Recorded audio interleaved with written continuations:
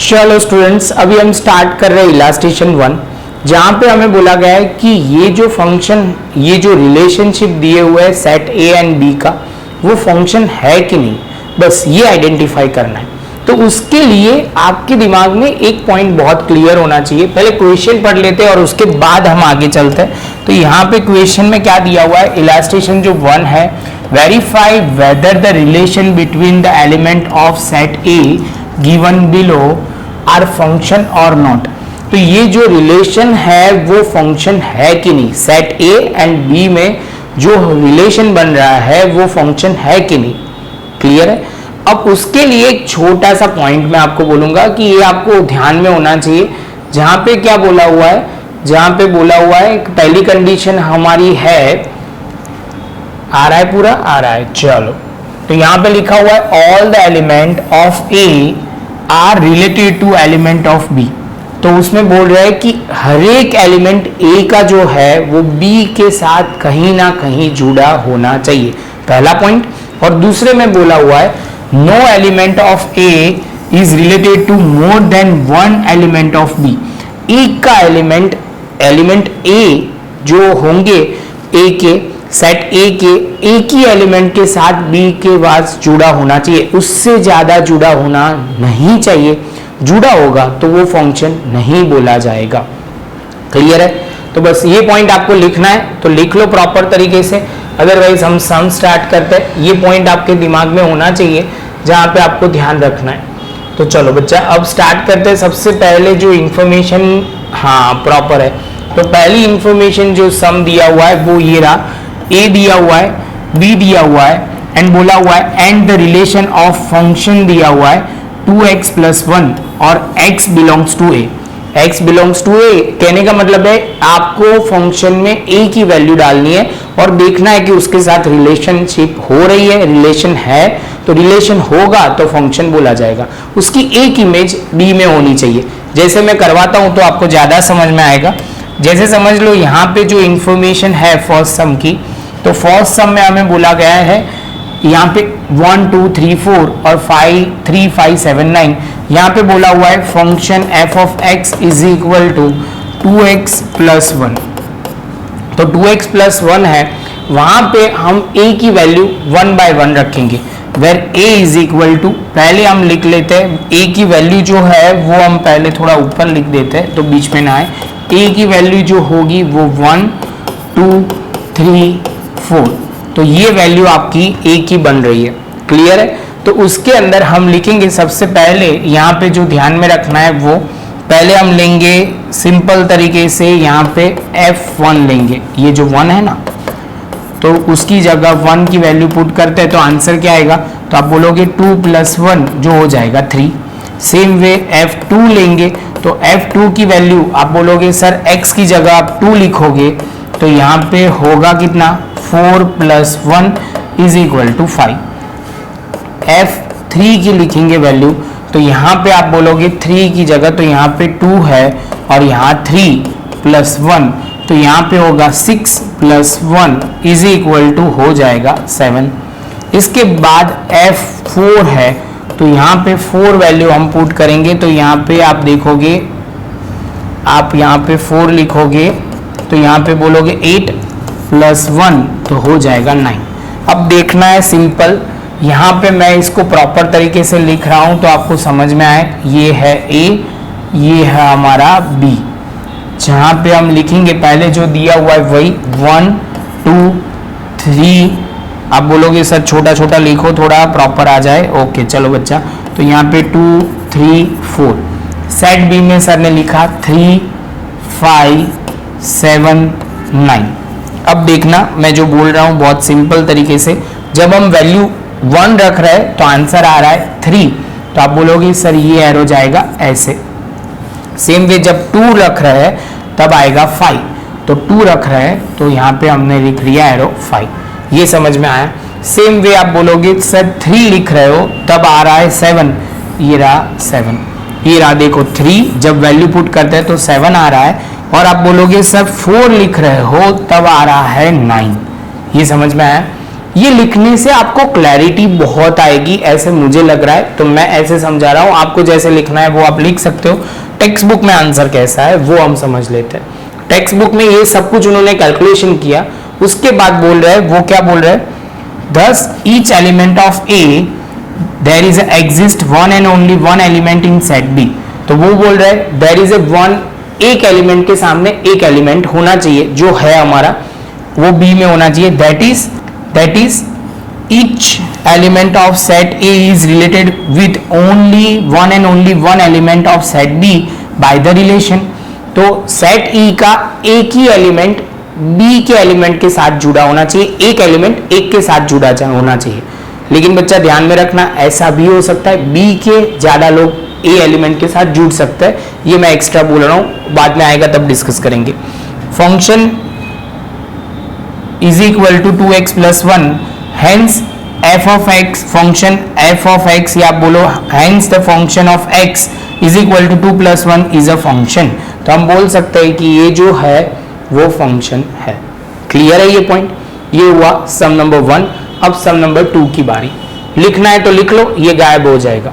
अब बच्चा question number 2, question number 2 क्या बोल रहा है, तो यहाँ पे बोल रहा है P दिया हुआ है और S दिया हुआ है एंड रूल इज अ के, एंड वो कहीं रूल के साथ जुड़ा हुआ है। जो रूल जो हमारा है, रिलेशन जो है, वो कॉरेस्पॉन्डेंस जो हमारा है, वो आप ये बोल रहे हो कि सर ये वर्ड कहाँ से ले रहे हो, तो डेफिनेशन में दिए हुए वही वर्ड सर बोल रहे हैं, वो और कुछ ज्यादा नहीं है।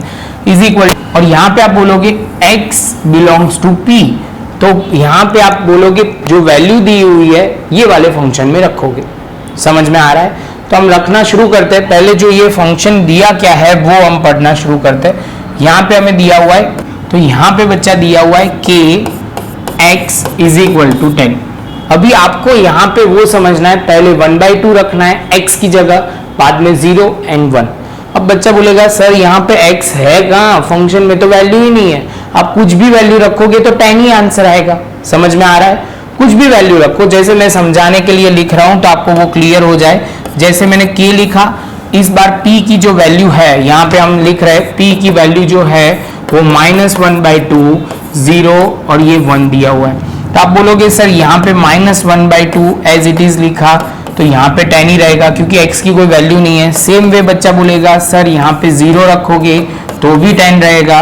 बच्चा बोलेगा सर 1 लिखोगे तो भी रहेगा कितना, तो 10 ही रहेगा।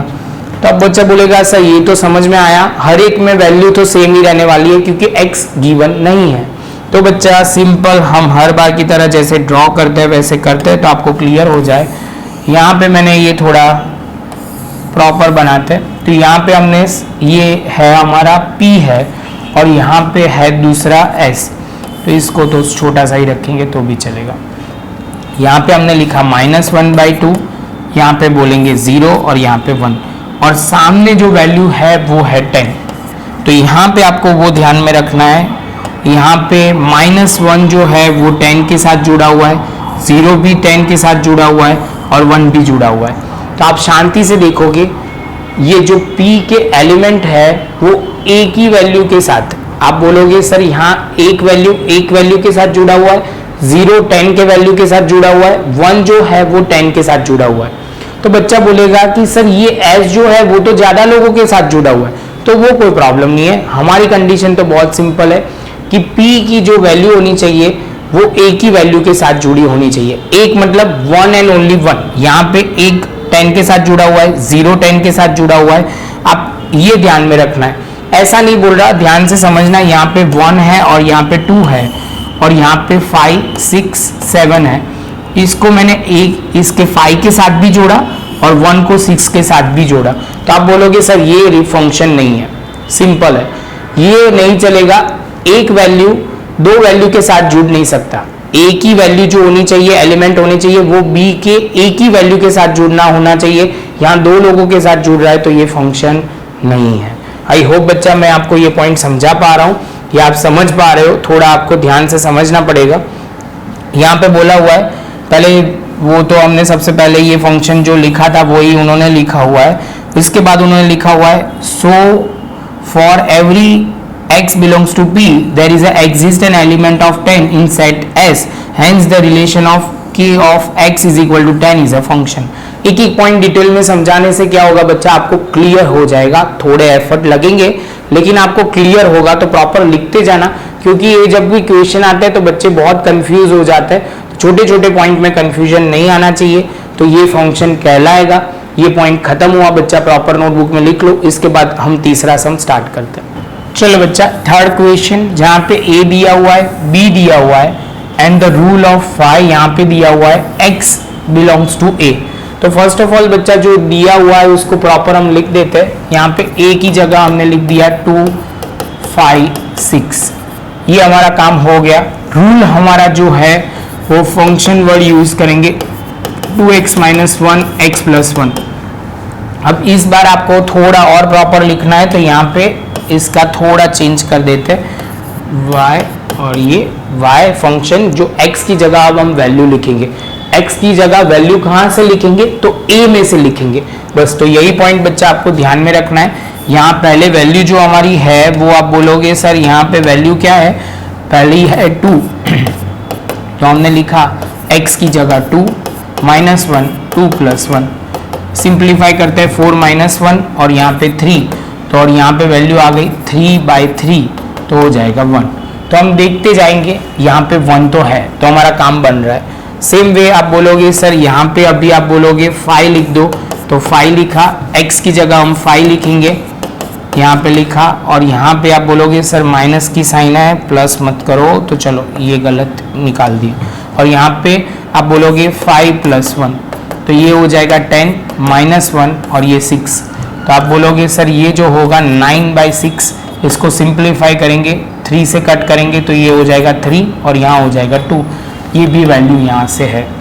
और लास्ट में जो वैल्यू है वो भी लिख देते हैं। तो लास्ट में जो वैल्यू क्या दी हुई है बच्चा, तो आप बोलोगे सर लास्ट में जो है वो 6 है। यहाँ से आप देखोगे तो 6 है, तो यहाँ पे 6 रखा, 2 6 माइनस 1 और यहाँ पे 6 प्लस 1।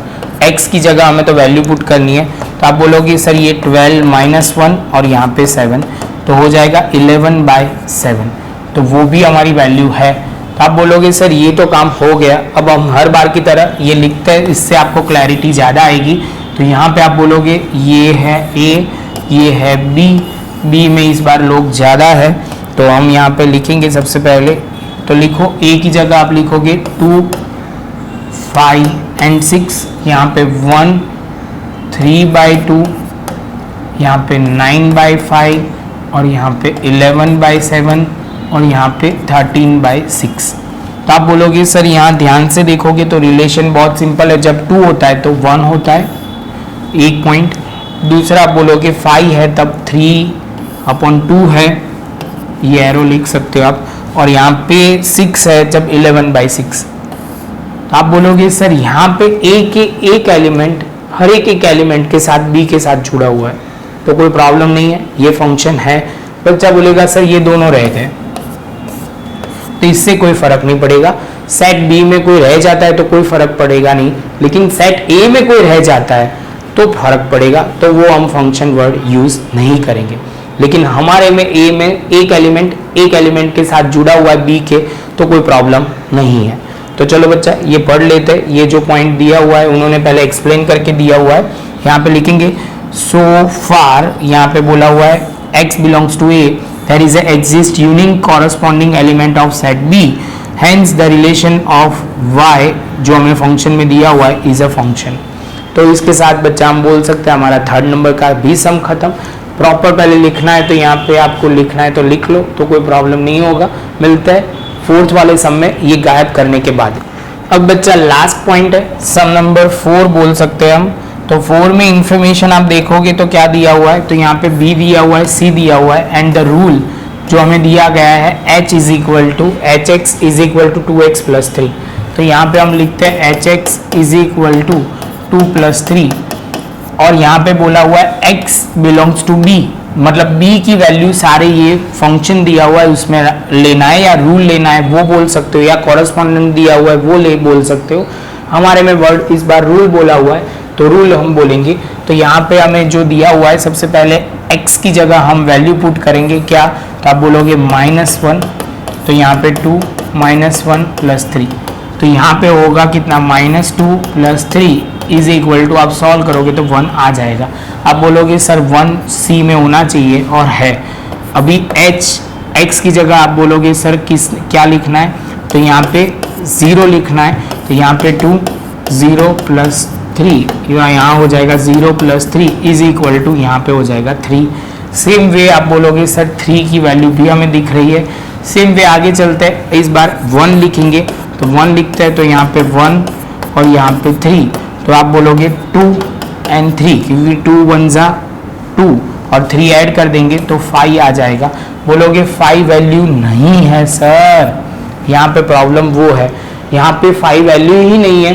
तो आप बोलोगे सर जब हम बनाने जाएंगे ऐसे, यहाँ पे हम लिखेंगे, सपोज पहले हमने -1 लिखा, 0 लिखा, 5, तो यहाँ से हम दूसरी साइड लिखेंगे क्या, तो हमारा 1 लिखेंगे, 3 लिखेंगे, तो ये इसके साथ रिलेशन है, 0 के साथ 3 रिलेशन है, लेकिन 5 का कोई रिलेशन, मतलब आप बोलोगे सर 5 वर्ड मत लिखो, यहाँ पे लिखना है, ये सर ने खाली, हाँ, -1 0 और 1 है, लेकिन 1 का कोई रिलेशन ही नहीं है, यहाँ कुछ है ही नहीं, तो ये फंक्शन नहीं बोला जाएगा।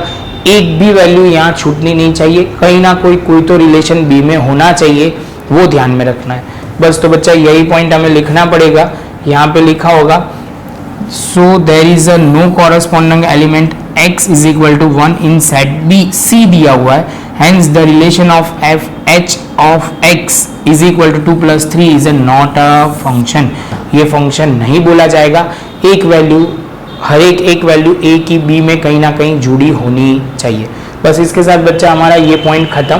प्रॉपर लिखना है तो यहाँ लिख लो ये पॉइंट शांति से, स्टेप बाय स्टेप, बहुत इजी है, थोड़ा ध्यान से समझना पड़ेगा, उसके बाद आ जाएगा समझ में, थोड़ी प्रैक्टिस की ज़रूरत है।